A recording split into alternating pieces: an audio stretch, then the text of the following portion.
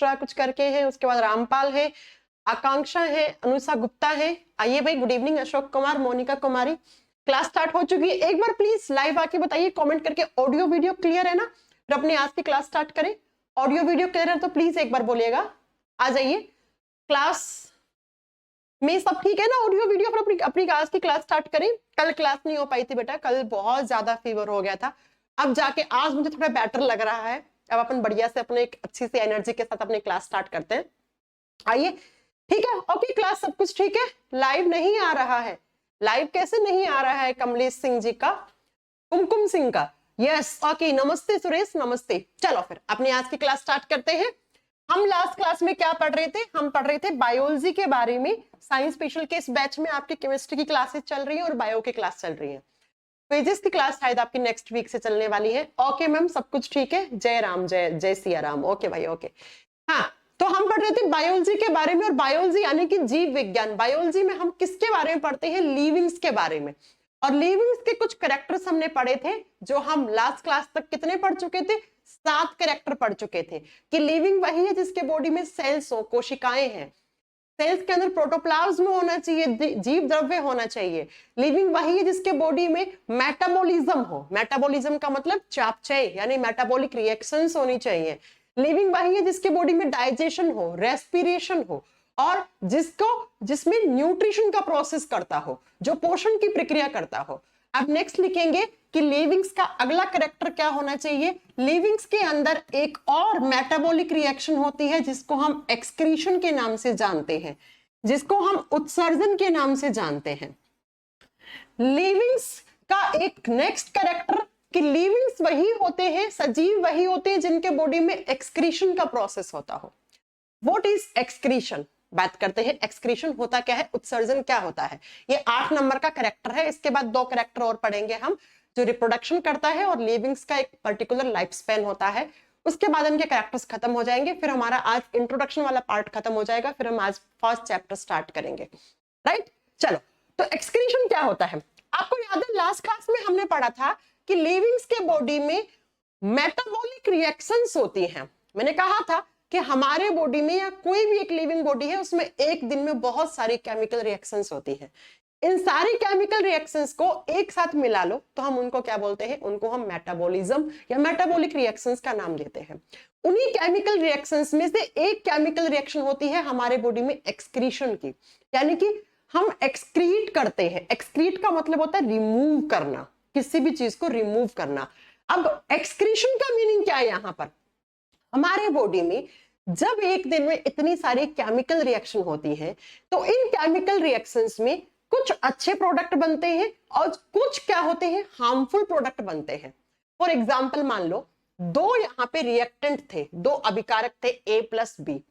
इनके जुड़ने से C+D नाम के क्या बने? यहाँ पे प्रोडक्ट बने। केमिस्ट्री में ये रिएक्टेंट होते हैं, लेफ्ट हैंड साइड वाले, ये अभिकारक होते हैं, और ये क्या होते हैं? प्रोडक्ट होते हैं, उत्पाद होते हैं। ये C और D तो अच्छा है हमारे बॉडी में, ये केमिकल रिएक्शन फॉर एग्जांपल हमारे बॉडी में हुई, तो ये C और D तो अच्छे हैं, लेकिन साथ में यहाँ पर कुछ हार्मफुल प्रोडक्ट बन गए, कुछ ऐसे उत्पाद बन गए हमारे बॉडी में जो हमारे शरीर को नुकसान पहुंचा सकते हैं।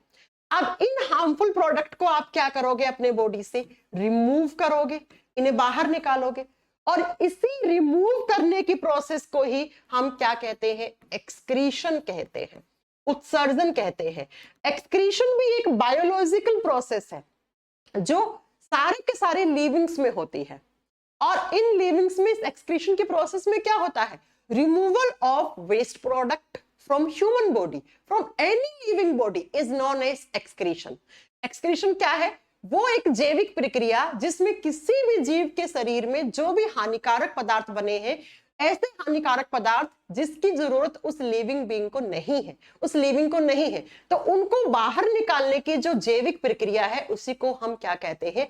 उसी को हम उत्सर्जन यानी कि एक्सक्रीशन कहते हैं। ये एक्सक्रीशन हमारे बॉडी में होता है। मैं एग्जांपल देती हूँ, समझने की कोशिश करना। आपने सांस छोड़ी, सांस छोड़ते हैं तो उसमें सबसे ज्यादा कॉन्सेंट्रेशन का कौन सी गैस होती है? CO2।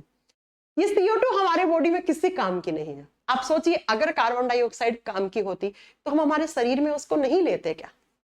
नहीं काम की है, इसलिए तो हमने क्या कर दिया, इसको बाहर छोड़ दिया। स्वेट, पसीना, आपके बॉडी से पसीना निकलता है। अगर पसीना किसी काम का होता तो हमारे शरीर के अंदर रखना होता हमें, है ना। ऐसे ही यूरिन, आप पेशाब करते हैं, पानी पीते हैं, उतना सारा पानी तो आपका बॉडी यूज में नहीं लेता है ना। हमारा शरीर 70% पानी से बना हुआ है, लेकिन सारा पानी हमारे बॉडी में नहीं रहता है। तो पेशाब, आप एक दिन में यूरिन एक्सक्रीट आउट कर रहे हैं, अगर यूरिन आप बाहर नहीं निकालोगे तो यूरिन में बहुत सारे टॉक्सिक कंपाउंड्स होते हैं, और वो टॉक्सिक कंपाउंड्स आपके बॉडी के अंदर रह जाएंगे, आप मर जाओगे। जिस इंसान की किडनी खराब हो जाती है वो मर जाता है। क्यों मर जाता है? क्योंकि किडनी पेशाब बनाती है, और अगर पेशाब नहीं बना, इसका मतलब आपके बॉडी में टॉक्सिसिटी लेवल ज्यादा हो गया है, जहर बन गया आपके शरीर के अंदर, तो गिर जाएगा। प्लांट भी एक्सक्रीशन करते हैं, क्यों नहीं करते प्लांट्स एक्सक्रीशन?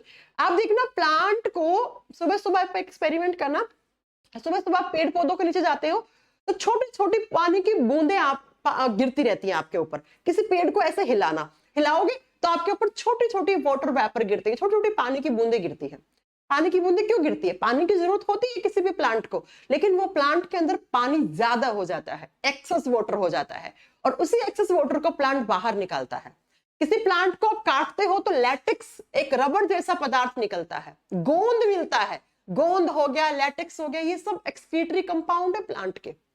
तो प्लांट भी एक्सक्रीशन करते हैं, बिल्कुल करते हैं, कभी भी ऐसा मत सोचिएगा कि प्लांट एक्सक्रीशन नहीं करते हैं। जो भी लिविंग बॉडी है, गाय, भैंस, घोड़ा, बकरी, जानवर, प्लांट्स, हम लोग, सब में एक्सक्रीशन होता है।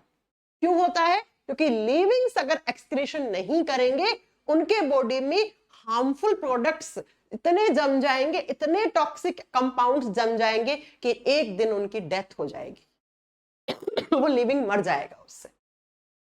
इसलिए आप बताएंगे कि लिविंग्स के बॉडी में, यानी कि लिविंग बॉडी में एक्सक्रीशन इज मस्ट, एक्सक्रीशन होना ही होना चाहिए। तो लिविंग्स का नेक्स्ट कैरेक्टर क्या हो गया कि लिविंग वही है जिसके बॉडी में एक्सक्रीशन हो रहा हो, जिसमें उत्सर्जन की प्रक्रिया होती है, उसको लिविंग्स बोलते हैं। 8 नंबर के कैरेक्टर आपका ये हो गया। पॉइंट नंबर 9 में ये आता है कि लिविंग वही है जो रिप्रोड्यूस कर सकते हैं, जिनमें एक बायोलॉजिकल प्रोसेस होता हो, और कौन सा? रिप्रोडक्शन का प्रोसेस होता हो, जिनमें प्रजनन की प्रक्रिया होती हो। रिप्रोडक्शन क्या होता है? कोई भी लिविंग बॉडी है उसमें रिप्रोडक्शन करने की क्षमता होनी चाहिए। रिप्रोडक्शन का मतलब होता है अपने जैसी ऑफस्प्रिंग प्रोड्यूस करना, अपने जैसी संतान को जन्म देना। जैसे गाय है तो गाय अपने जैसे संतान को जन्म देगी, गाय के बच्चे को। भैंस है तो भैंस अपने जैसे बच्चे को जन्म देगी। बंदर है तो बंदर अपने जैसा। प्लांट है तो प्लांट अपने जैसा। हम लोग हैं तो हम इंसान के बच्चे हैं तो हम इंसान के बच्चों को जन्म देंगे। अपने जैसी ऑफस्प्रिंग प्रोड्यूस करना, अपने जैसी संतान को जन्म देना रिप्रोडक्शन कहलाता है।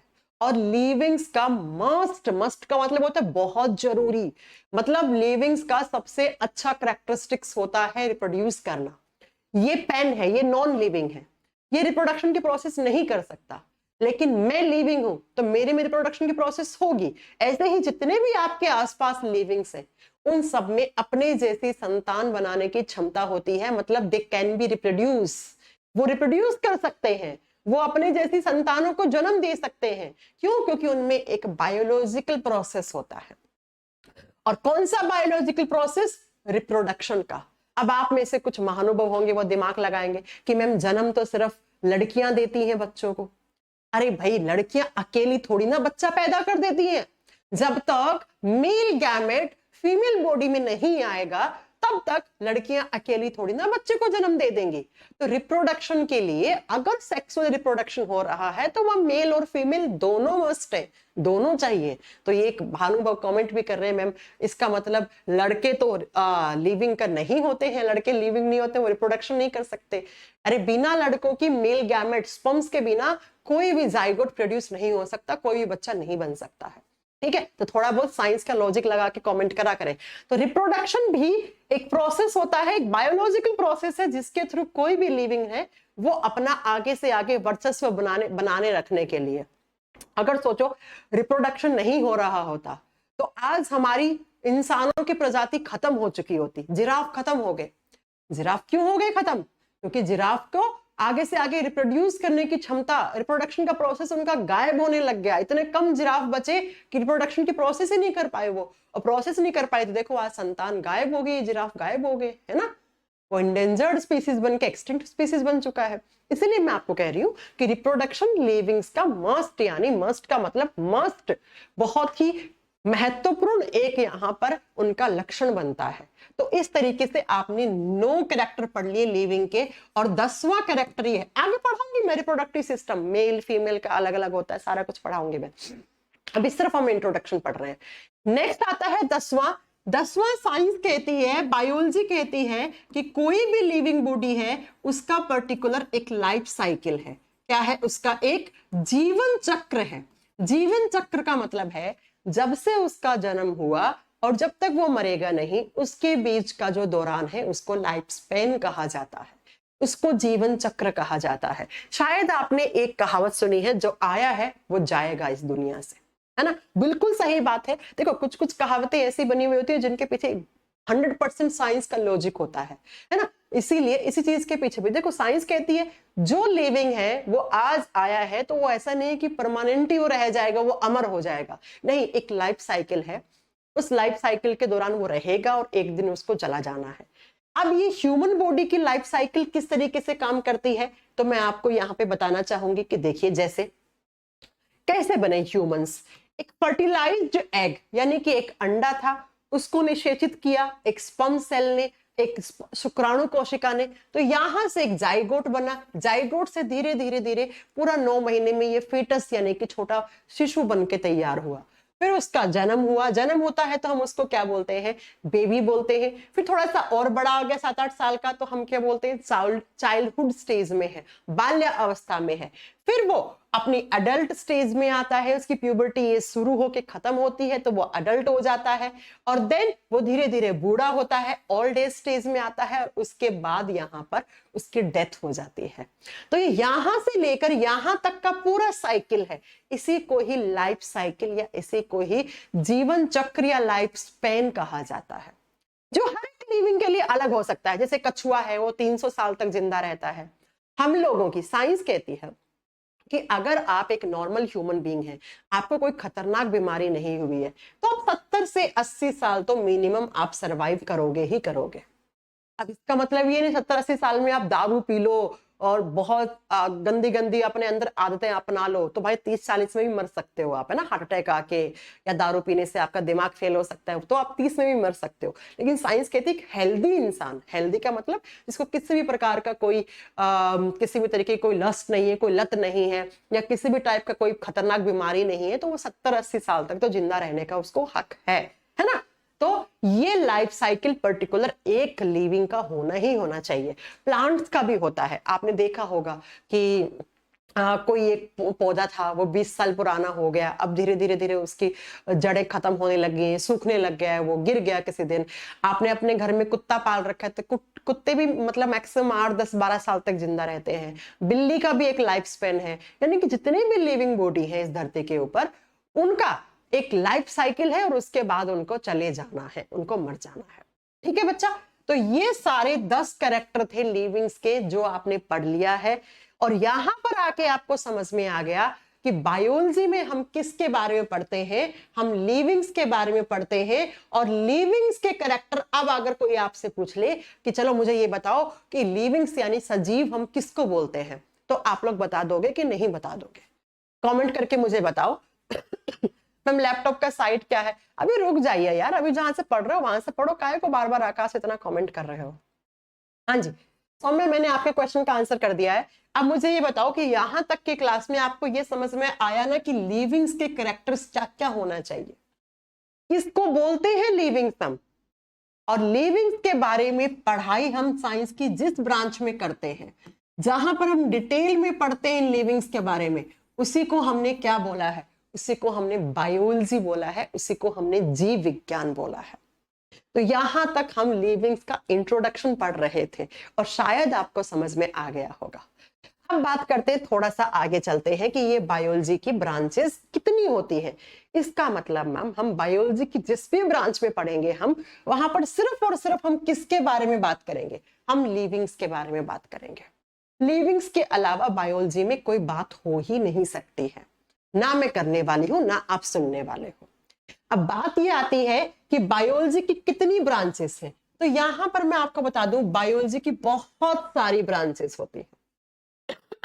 बायोलॉजी की बहुत सारी ब्रांचेस हैं, जैसे कार्डियोलॉजी, न्यूमरोलॉजी, आपके हेमेटोलॉजी, जैसे आपने पढ़ा होगा एंथेमोलॉजी, एंटेमोलॉजी, बोटनी, जूलॉजी, बायोटेक्नोलॉजी, आपने सुना होगा मैं सेल बायोलॉजी, माइक्रोबायोलॉजी, जेनेटिक्स, इन सब से मैं पीएचडी कर रहा हूं। बायोलॉजी की बहुत सारी ब्रांचेस, लेकिन जो वनडे कॉम्पिटिटिव एग्जाम में आती है वो 3 मेन ब्रांच होती है।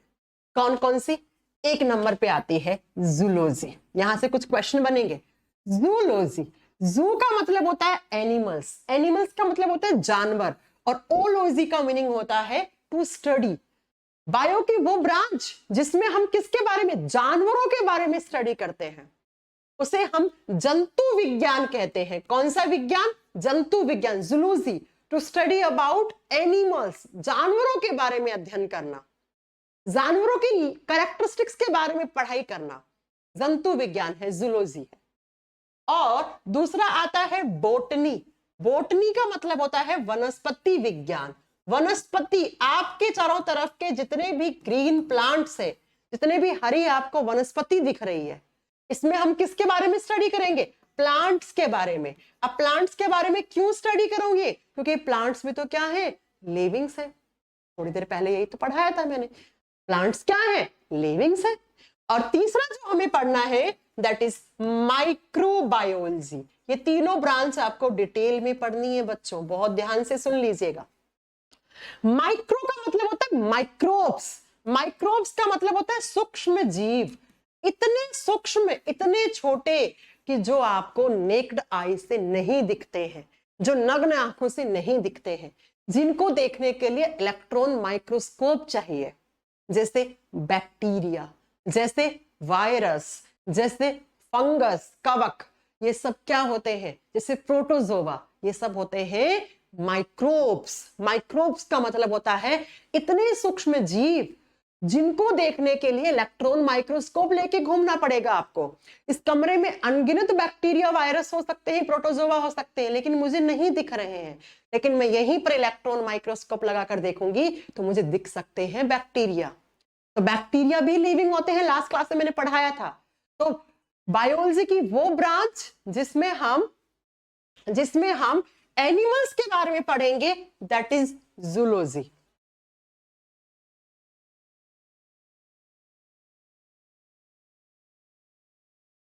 और जिसमें हम प्लांट्स के बारे में पढ़ेंगे वो बोटनी, और जिसमें हम माइक्रोब्स के बारे में स्टडी करेंगे, माइक्रोब्स बोले तो बहुत छोटे छोटे माइक्रोब्स, उनके बारे में स्टडी करेंगे,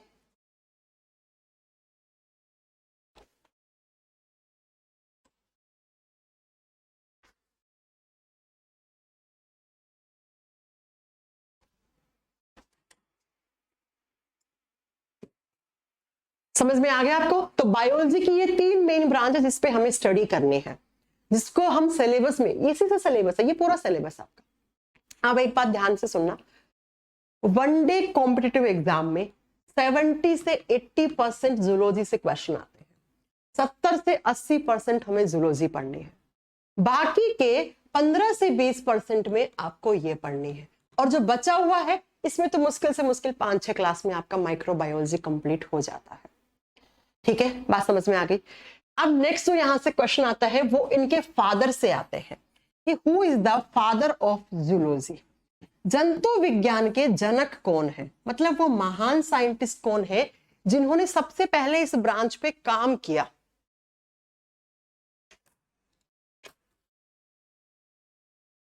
तो जूलॉजी में हम किसके बारे में पढ़ते हैं? एनिमल्स के बारे में। और यहां से क्वेश्चन क्या बनता है कि who is the father of zoology, यानी कि वो महान साइंटिस्ट जिन्होंने सबसे पहले इस ब्रांच पे काम किया, उनका नाम है एरिस्टोटल। आप शायद इस नाम से पहले भी आपने कभी ना कभी सुना होगा।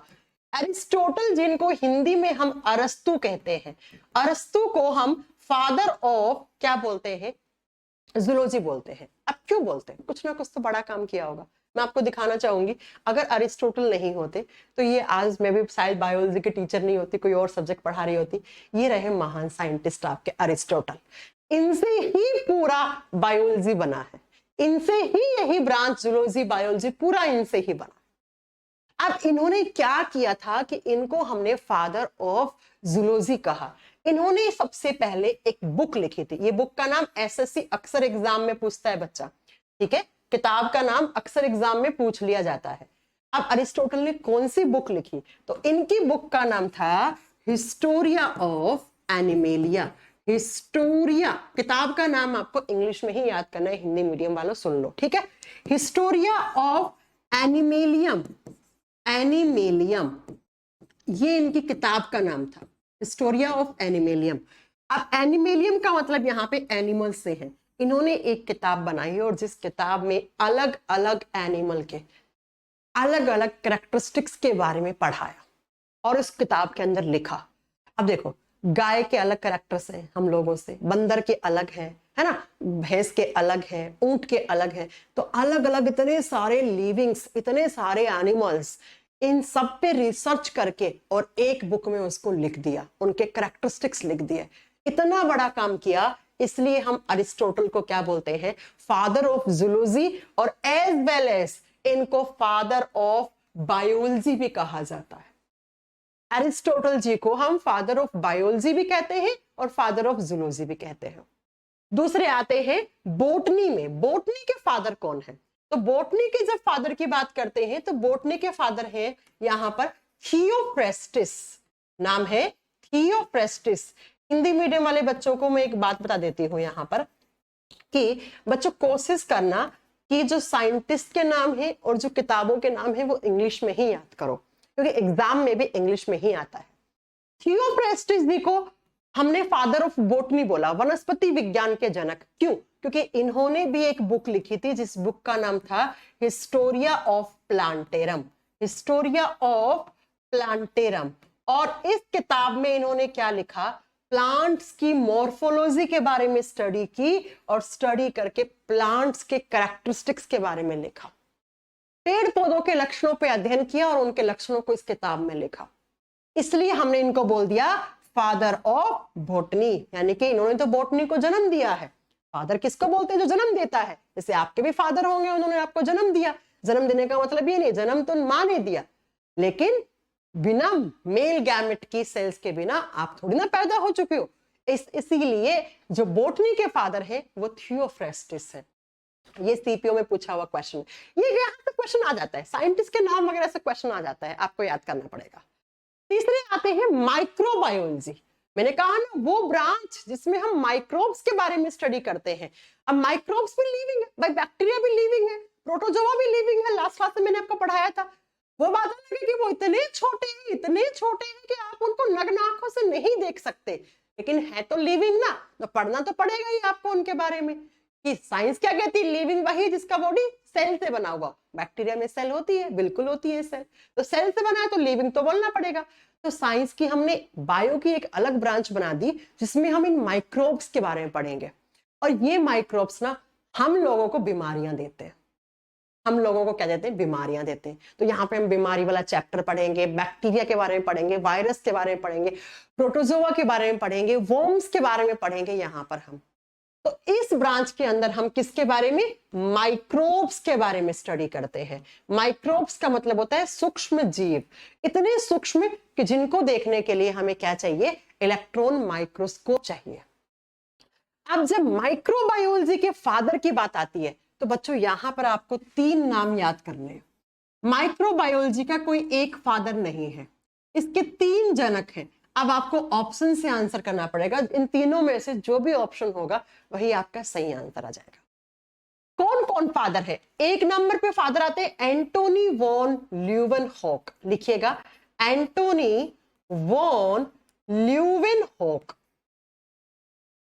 ल्यूवेनहॉक पहले जो यहाँ पे फादर निकल के आते हैं वो आते हैं एंटोनी वॉन ल्यूवेनहॉक, सिर्फ ल्यूवेनहॉक के नाम याद कर लो। ल्यूवेनहॉक जी ने सबसे पहले बैक्टीरिया की खोज की थी, इसलिए इनको हम माइक्रोब्स की डिस्कवरी के लिए हम इनको फादर बोल देते हैं। दूसरे आते हैं यहाँ पे रॉबर्ट कोच, कभी ना कभी इनके नाम सुने होंगे आपने, अगर नहीं सुने तो डोंट वरी, सब आगे आएंगे। Robert Koch, again discovery of microbes. Next 3 number पे जो आते हैं वो आते हैं लुईस पास्चर। इन्होंने एक एक्सपेरिमेंट किया था, स्वॉन नेक एक्सपेरिमेंट, अगर आपको याद हो तो। लुईस पास्चर, ये 3 साइंटिस्ट हैं, इनको कंबाइन करके हम फादर ऑफ माइक्रोबायोलॉजी कहते हैं। अब ऑप्शन में जो भी होगा वो हमारा आंसर हो जाएगा, ठीक है? ठीक है बच्चा, वो आपका आंसर हो जाएगा। बात समझ में आ गई कि फादर ऑफ बायोलॉजी कौन है? कितने क्वेश्चन हो गए? फादर ऑफ बायोलॉजी कौन है? अरस्तु। फादर ऑफ जूलॉजी अरस्तु। Father of botany Theophrastus. Father of microbiology 3 नाम है, तीनों नाम आगे आपको वापस मिलेंगे। कौन कौन से? Antony von Leeuwenhoek, Robert Koch and Lewis pasture, सब वापस आएंगे आगे धीरे धीरे कर। ये तीनों ब्रांचेस हमको पढ़नी है। तीनों में से सबसे ज्यादा जो पढ़नी है वो हमें जूलॉजी पढ़नी है, जंतु विज्ञान पढ़नी है। ये आपको इतना पता लग गया होगा। ये आपका यहां तक की क्लास में इंट्रोडक्शन वाला पार्ट मेरी तरफ से कंप्लीट होता है। अब हम स्टार्ट करेंगे जूलॉजी, और जूलॉजी का फर्स्ट चैप्टर स्टार्ट करने जा रहे हैं, ठीक है बच्चों? अब यहां तक मैं अगर आपको नहीं पढ़ाती ना तो आपको नहीं समझ आता। टीचर्स क्या करते हैं, पहली क्लास में पहला ही चैप्टर स्टार्ट कर देते हैं। अगर मैं आपको इतनी सारी हिस्ट्री नहीं पढ़ाती ना कि क्या होता है सिस्टम, क्या होती है सेल, क्या होता है प्रोटोप्लाज्म, आपको बहुत सारी चीजें मुझे लगता है क्लियर हो गई होंगे, है ना? चलो अब चले स्टार्ट हुए। तीनों ऑप्शन में रहेगा तो तीनों वाला ऑप्शन, 3 के ऑप्शन रहेंगे ज्योति बेटा, ठीक है? चलो आइए अपना पहला चैप्टर स्टार्ट करते हैं। चैप्टर का नाम लिखिए सर्क्यूलेटरी सिस्टम। नोट्स मेरे साथ बना लो, नहीं तो नोट्स का प्रिंट आउट निकाल लो, लेकिन पढ़ना तो पड़ेगा, कोई दूसरा ऑप्शन नहीं है। सर्क्यूलेटरी सिस्टम हिंदी में बोलते हैं परिसंचरण तंत्र। सर्क्यूलेटरी सिस्टम बच्चा इतना बड़ा चैप्टर है, ये इतना बड़ा चैप्टर है, लेकिन जितना बड़ा चैप्टर है उतने ही सारे क्वेश्चंस भी एग्जाम में बनते हैं, उतने ही ज्यादा क्वेश्चंस एग्जाम में आते हैं। कम से कम 400-500 क्वेश्चन बनते हैं इस चैप्टर से, और उसी में से 2-3 क्वेश्चन आपके एग्जाम में आएंगे ही आएंगे। बाहर कुछ नहीं जाना है, ये मेरे से सुन लो, लिखवा लो बात। अगर आपने मेरी क्लास को अच्छे से पढ़ लिया, एक भी क्वेश्चन बाहर नहीं जाएगा। आप कहोगे मैम आप तो बहुत प्राउडली बोल रही हो। मैं प्राउडली नहीं बोल रही हूँ, क्योंकि जो पढ़ा, कोई अलग से सिलेबस, साइंस का सिलेबस चेंज नहीं हो सकता है। जो ब्लड का काम है वो ब्लड का काम ही रहेगा, जो नाक का काम है नाक की सेल्स करेंगी, वही एग्जाम में आता है, बस क्वेश्चन पूछने का तरीका अलग हो जाता है ना? तो अलग कुछ नहीं पढ़ना है, कोई किताब थ्योरी के लिए अलग से नहीं पढ़नी, प्रैक्टिस करनी है, वो मैं बताऊंगी कहां से करनी है, ठीक है? फिलहाल कोई किताब कुछ भी नहीं, सिर्फ जो मैं पढ़ा रही हूँ वो पढ़ते जाओ। सर्कुलेटरी सिस्टम चैप्टर है बहुत बड़ा, आप सुनने की, ध्यान से सुनने की कोशिश करना। सिस्टम, सिस्टम का मतलब क्या होता है मैंने आपको पढ़ाया था। सेल्स बनती हैं, सेल से टिश्यू बनते हैं, टिश्यू से ऑर्गन्स बनते हैं, ऑर्गन्स एक जैसा काम करते हैं। ऐसे ऑर्गन्स जो एक जैसा काम करते हैं उनको हम सिस्टम के नाम से जानते हैं जनरली। तो सिस्टम का मतलब क्या हो गया? ग्रुप ऑफ ऑर्गन्स, अंगों का समूह है। ऐसे ऑर्गन्स का ग्रुप जो क्या करता है, जो सर्कुलेशन में हेल्प करता है। हमारे बॉडी में, जूलॉजी का मतलब जानवरों के बारे में पढ़ना, हम भी एक तरीके के जानवर हैं। क्यों? क्योंकि हमें साइंस ने जब हमारा क्लासिफिकेशन किया था तो हमें एनिमल किंगडम में रख दिया था, तो हम एनिमल्स हैं, हमारा किंगडम एनिमल्स है, ठीक है? तो बच्चों हमारे बॉडी में ऐसे ऑर्गन्स का ग्रुप है जो क्या काम करता है, जो सर्कुलेशन का काम करता है। उन्हीं ऑर्गन्स के ग्रुप को एक साथ मिलाकर आप क्या कहते हो? सर्कुलेटरी सिस्टम कहते हो। अब सर्कुलेशन का मतलब क्या है? कोई ना कोई ऐसी चीज है हमारे बॉडी में जो यहां से लेकर नीचे एडी तक दिन रात 24 घंटे सर्कुलेट हो रही है। अब ध्यान से सुनो मेरी बात को। आपको यहां चोट लगती है, यहां चोट लगती है, यहां चोट लगती है, कहीं भी आपके शरीर में चोट लग जाए, हर जगह क्या निकलता है? खून निकलता है, क्योंकि खून 24 घंटे 7 दिन ऐसे आपके बॉडी में सर्कुलेट हो रहा है। इसीलिए जब खून सर्कुलेट हो रहा है तो वो किसी ना किसी चीज को सर्कुलेट अपने साथ कर रहा होगा। तो सर्कुलेटरी सिस्टम का नंबर 1 पे पहला ऑर्गन, पहला पार्ट यानी कि पहला हिस्सा कौन बन गया? ब्लड। ब्लड को हिंदी में रक्त बोल दो, रुधिर बोल दो, या खून बोल दो। खून तो हम आम भाषा में बोल देते हैं, बायोलॉजी में जनरली इसको रक्त या रुधिर कहा जाता है। खून सर्कुलेट होता है, इसलिए blood is the part of. अच्छा पता है कभी कभी तो एग्जामिनर थका हुआ क्वेश्चन पूछ लेता है, ब्लड कौन से सिस्टम का हिस्सा है, तो ब्लड कौन से सिस्टम का हिस्सा है, सर्कुलेटरी सिस्टम का हिस्सा है। दूसरा 2 नंबर पे आप जानते हैं हमें भगवान ने एक हार्ट दिया है, एक हृदय दिया है। हार्ट क्या करता है, हार्ट ब्लड को पंप करता है। जैसे हमारे घरों में मशीन लगी हुई होती है पानी वाली, और पानी वाली मशीन क्या करती है, पानी को पंप करती है, पानी में प्रेशर डालती है ताकि वो प्रेशर 4थे फ्लोर पे 5वें फ्लोर पे आराम से पहुंच जाए। ठीक ऐसे ही हमें हमारे भगवान ने हमारे बॉडी में एक पंपिंग ऑर्गन दिया है, पंप करने का काम। और किसको पंप, ब्लड को पंप करने का काम दिया है, और उस मशीन को हम कहते हैं हार्ट। उसे हम हार्ट कहते हैं, हिंदी में हृदय, दिल विल नहीं कहते हैं। ये दिल विल तो मूवीज में और इन सब में अच्छा लगता है, दिल कोई शब्द ही नहीं होता है साइंस में। आप जान लीजिए इस चीज को कि दिल कोई शब्द नहीं होता है साइंस में। साइंस में हार्ट का मीनिंग है हृदय, हृदय। दिल शब्द मूवीज में हम लोगों से अपने आप बनाया हुआ मेन मेड टर्म है ये। हम मनुष्य प्रजाति ने अपनी सहूलियत के हिसाब से दिल विल की शायरियां बना ली, दिल विल टूटना उठना बना लिया। बाकी साइंस में, बायोलॉजी में दिल नाम का शब्द एग्जिस्ट ही नहीं करता है। तो पहला मैंने बोला सर्कुलेटरी सिस्टम का हिस्सा कौन है, ब्लड, क्योंकि ब्लड हमारे बॉडी में फ्लो होता रहता है 24 घंटे 7 दिन, और ब्लड किसी ना किसी चीज को सर्कुलेट करने में हेल्प करता है, इसलिए blood is the part of circulatory system. Blood को सर्कुलेट करने में कौन हेल्प कर रहा है, ब्लड को पंप कौन कर रहा है, हार्ट। इसलिए heart is the also part of circulatory system. और 3 नंबर पे जो आता है वो आता है यहाँ पे blood vessels. Blood vessels, blood vessels क्या होती हैं, हिंदी में इनको कहते हैं रक्त वाहिकाएं, जो रक्त का वाहन करती हैं, रक्त वाहिकाएं कहलाती हैं। बच्चा हमारे बॉडी में खून जो होता है ना, वो इस तरीके से पतली पतली पाइप में फ्लो करता है। मान लो ये पहला पाइप है, ये दूसरा पाइप है, तो ये जैसे पानी का पाइप होता है, ठीक वैसे ही हमारे बॉडी में नेचुरल तरीके से इस तरीके से डक्ट्स होती हैं, नलियां होती हैं, और इन्हीं नलियों में खून इस तरीके से फ्लो करता है।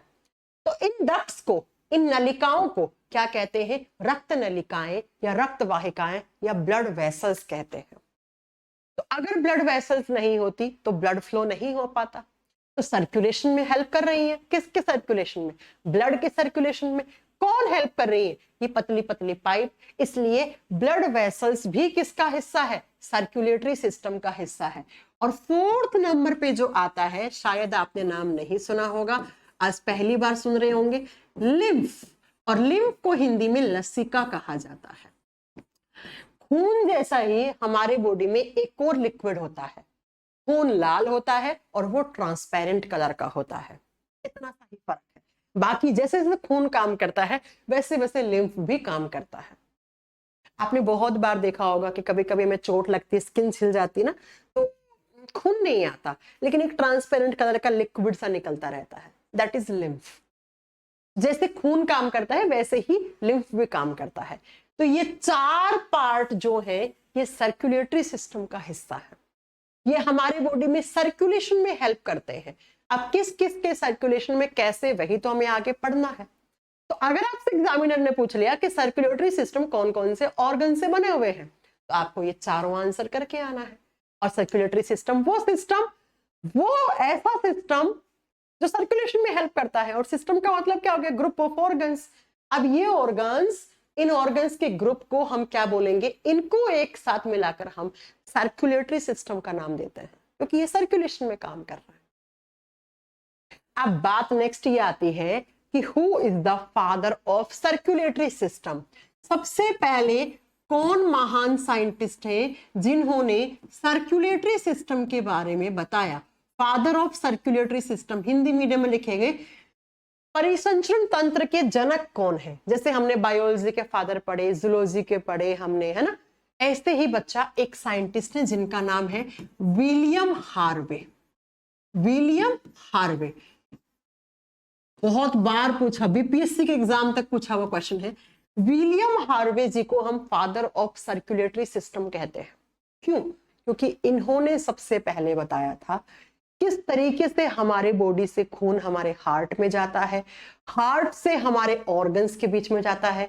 मतलब ये जो खून का सर्कुलेशन का एक साइकिल है ना, एक जो चक्र है ना, इसके बारे में सबसे पहले विलियम हार्वे जी ने बताया था।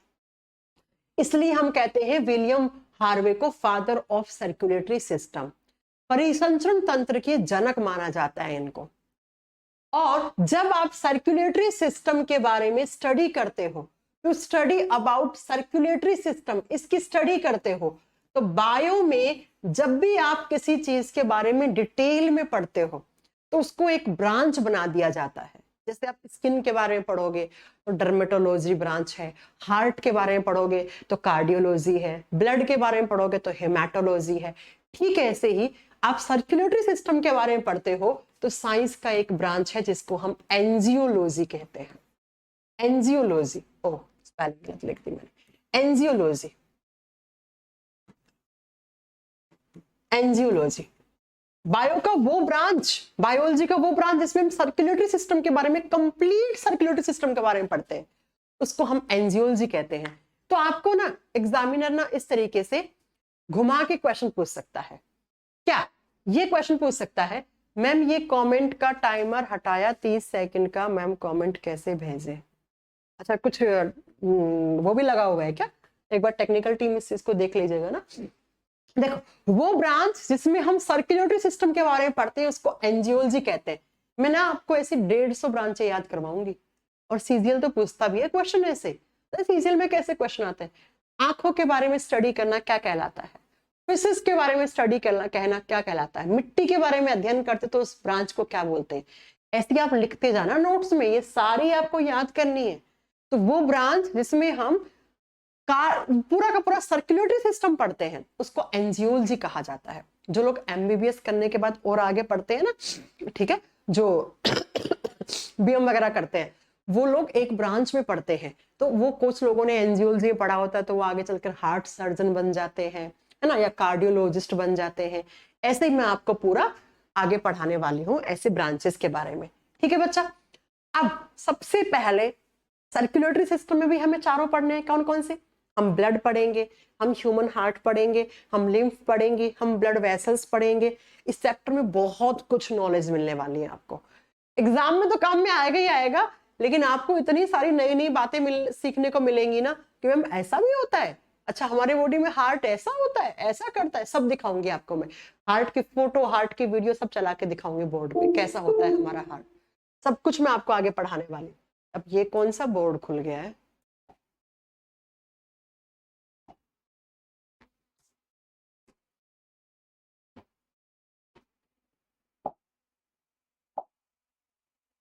एक मिनट ना, मैंने ये कुछ और खोल दिया है। अरे बाबा,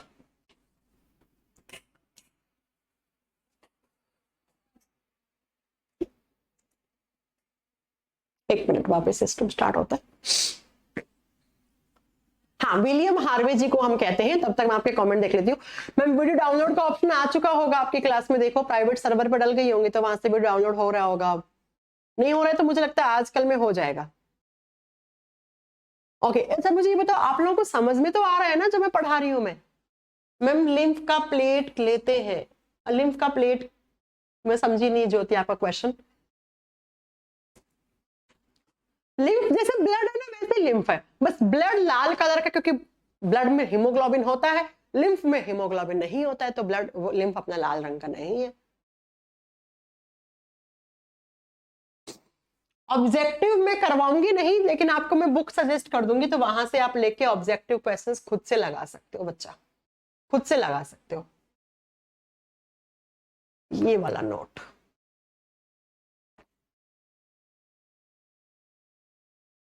वीडियो डाउनलोड का ऑप्शन पक्का आएगा, क्यों नहीं आएगा? जब बोला है तो बिल्कुल आएगा। मैम क्या ब्लड ऑर्गन है? बिल्कुल अच्छा क्वेश्चन पूछा। देखो, ब्लड एक ऑर्गन की तरह काम करता है तो हम इसको कंसीडर कर लेते हैं कि blood is a circulatory organ. जैसे आपका हार्ट काम करता है, आपका ब्रेन काम करता है, ठीक वैसे ही ब्लड भी आपके बॉडी में बहुत सारे काम करता है।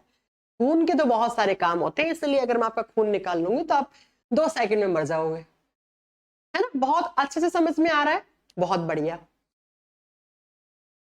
ठीक है। ओके चलो आप समझो, नेक्स्ट क्वेश्चन पे चलते हैं। अगला पॉइंट ये आता है, देखो मैं सीएस का मतलब यहाँ पे कंप्यूटर साइंस नहीं लिख रही हूँ, सीएस का मतलब है सर्कुलेटरी सिस्टम।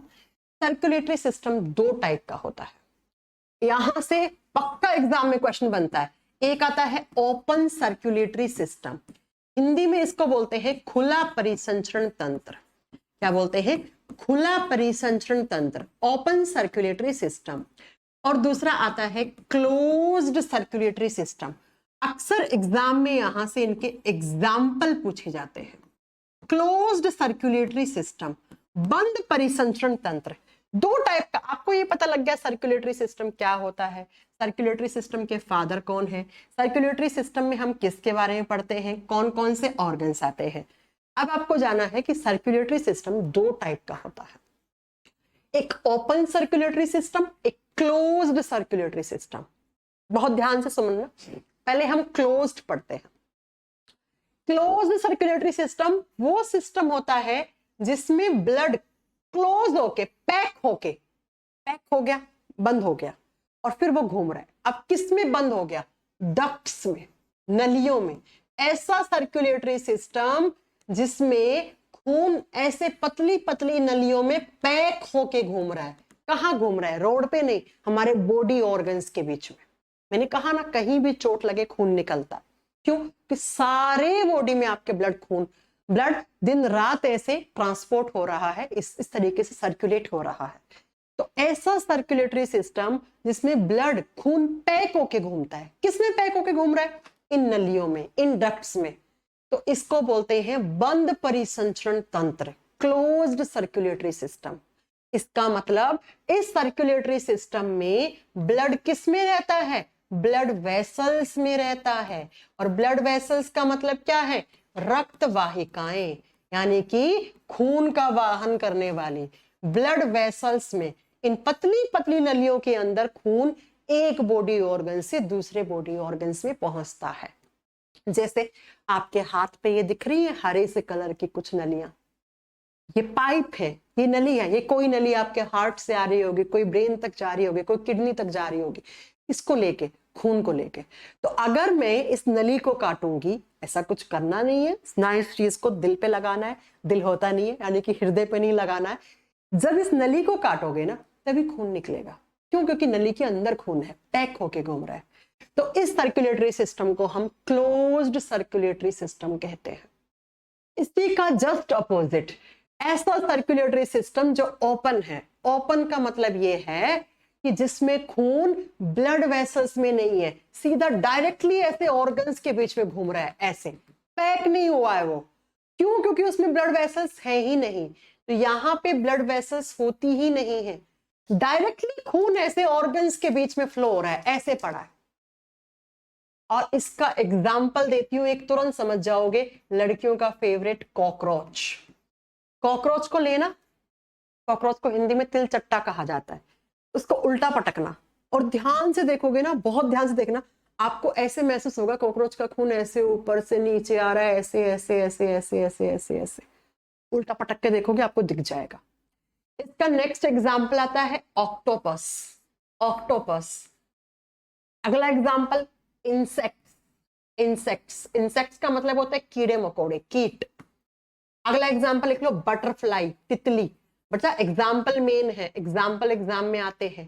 जैसे तितलियां हो गई, जैसे ऑक्टोपस हो गया, जैसे कॉकरोच यानी तिलचट्टा हो गया, जैसे कीड़े मकोड़े इंसेक्ट्स हो गए, कीड़ा मकोड़ा, चींटी, ततैया, मक्खी। इन सब में ओपन सर्कुलेटरी सिस्टम होता है, जबकि हम लोगों में क्लोज्ड सर्कुलेटरी सिस्टम है। ह्यूमंस में, इसके अलावा जितने भी एनिमल्स हैं, गाय, भैंस, घोड़ा, बकरी, जानवर, बिल्ली, कुत्ता, हम सब में कैसा सर्कुलेटरी सिस्टम होता है? हम सब में क्लोज्ड सर्कुलेटरी सिस्टम होता है। तो क्या आप बता देंगे एग्जाम में अगर क्वेश्चन आ जाए कि कॉकरोच से बहुत क्वेश्चन बनते हैं, आगे चलकर मैं आपको सब पढ़ाने वाले हूं। कॉकरोच का सर्कुलेटरी सिस्टम का टाइप क्या है? आप क्या बताओगे? Open circulatory system. आपसे पूछ ले कुत्ते के सर्कुलेटरी सिस्टम का टाइप क्या है? क्लोज्ड। यानी कि कुत्ते, बिल्ली, घोड़ा, बकरी, सब में इंजेक्शन कहां लगता है? नसों में। क्यों? क्योंकि नसों में खून दौड़ता है उनमें, तो नसों में इंजेक्शन देना पड़ेगा। लेकिन अगर आपके घर में ऑक्टोपस अब बीमार हो गया तो उसको कहीं पर भी इंजेक्शन ठोक देगा डॉक्टर। क्यों? क्योंकि उसमें नसों में तो खून है नहीं, डायरेक्टली ऑर्गन्स के बीच में पड़ा है खून, तो कहीं भी लगाएंगे तो खून में इंजेक्शन चला जाएगा। ठीक है, इसलिए तो हमें जब डॉक्टर इंजेक्शन लगाते हैं तो बहुत ध्यान से देखता है नस वस कहाँ, कौन सी कोई उल्टी पुल्टी नस में ना लगाते, ऐसी नस में इंजेक्शन ना लगाते जो डायरेक्टली आपके हार्ट से कनेक्टेड हो, तो कुछ गड़बड़ हो सकती है।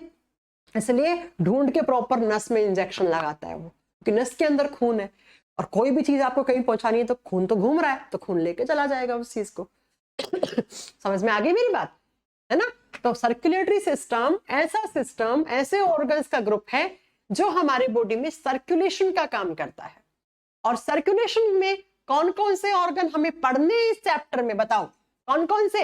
Human blood, human heart, next blood vessels, क्योंकि ब्लड वेसल्स सर्कुलेटरी सिस्टम का हिस्सा है, और लिम्फ, ये 4 पढ़ने हैं।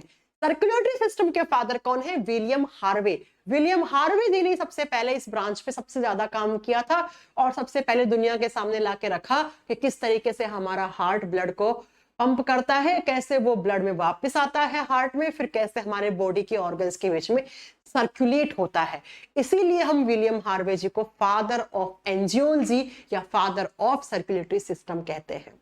इस दुनिया में 2 टाइप के जितने भी लिविंग्स हैं, हम लिविंग्स की बात करेंगे, 2 टाइप का सर्कुलेटरी सिस्टम है लिविंग्स में, या तो उनका ओपन सर्कुलेटरी सिस्टम है या उनमें क्लोज्ड सर्कुलेटरी सिस्टम है। एग्जाम्पल्स आर मेन, एग्जाम में एग्जाम्पल आते हैं, पक्का पूछेगा, पूछा भी गया है समय समय पे। अब हम सर्कुलेटरी सिस्टम का पहला पार्ट शुरू करेंगे नेक्स्ट क्लास में, यानी कल की क्लास में हमारा चैप्टर स्टार्ट होगा ह्यूमन हार्ट। ह्यूमन हार्ट, मानव का हृदय, किस तरीके से, देखो क्या क्या पढ़ाने वाले हैं मैं इस चैप्टर में। हार्ट क्या होता है, किसके हार्ट में कितने चैम्बर होते हैं, कार्डियक अरेस्ट कैसे आता है, हार्ट अटैक कैसे आता है, हमारे हार्ट में आपने सुना होगा किसी के छल्ले डले हैं, वो छल्ले क्या होते हैं, बीपी क्या होता है, बीपी कम कब होता है, बीपी ज्यादा कैसे होता है, कौन कौन से हार्मोन रेगुलेट करते हैं, फिर ब्लड पढ़ेंगे, खून क्या होता है, ब्लड ग्रुप क्या होता है, कौन किसको खून दे सकता है, कौन किससे खून ले सकता है, यही सब एग्जाम के क्वेश्चन है, एग्जाम में कुछ अलग नहीं आएगा। तो ह्यूमन हार्ट में ब्लड के फादर कौन है? ब्लड के फादर नहीं है, ब्लड ग्रुप के फादर है कार्ल लैंडस्टीनर, जिन्होंने ब्लड ग्रुप बताई दुनिया के सामने सबसे पहले। पहले लोगों को पता ही नहीं था 1940 से पहले कि ब्लड ग्रुप भी कुछ होते हैं। ठीक है, ओके। आज हमारा, हाँ हमारी ब्लड वेसल्स है बेटा, खून ही तब निकलेगा जब आपको चोट लगेगी, चोट लगने से आपकी नसें फट जाती हैं, नसें फटने से खून बाहर आ गया, इस तरीके से इस नस में खून बह रहा है, जा रहा है, लेकिन इस नस में चोट लग गई, ऐसे कट गए तो वो खून बाहर निकल जाएगा, उसी को आप ब्लडिंग बोलेंगे। ओके। कल से आएगा आपको मजा पढ़ने में, आज तक नहीं आया तो बेटा कल का इंतजार करो तुम, कल से होगा पूरा पिक्चर स्टार्ट, अभी तक तो बस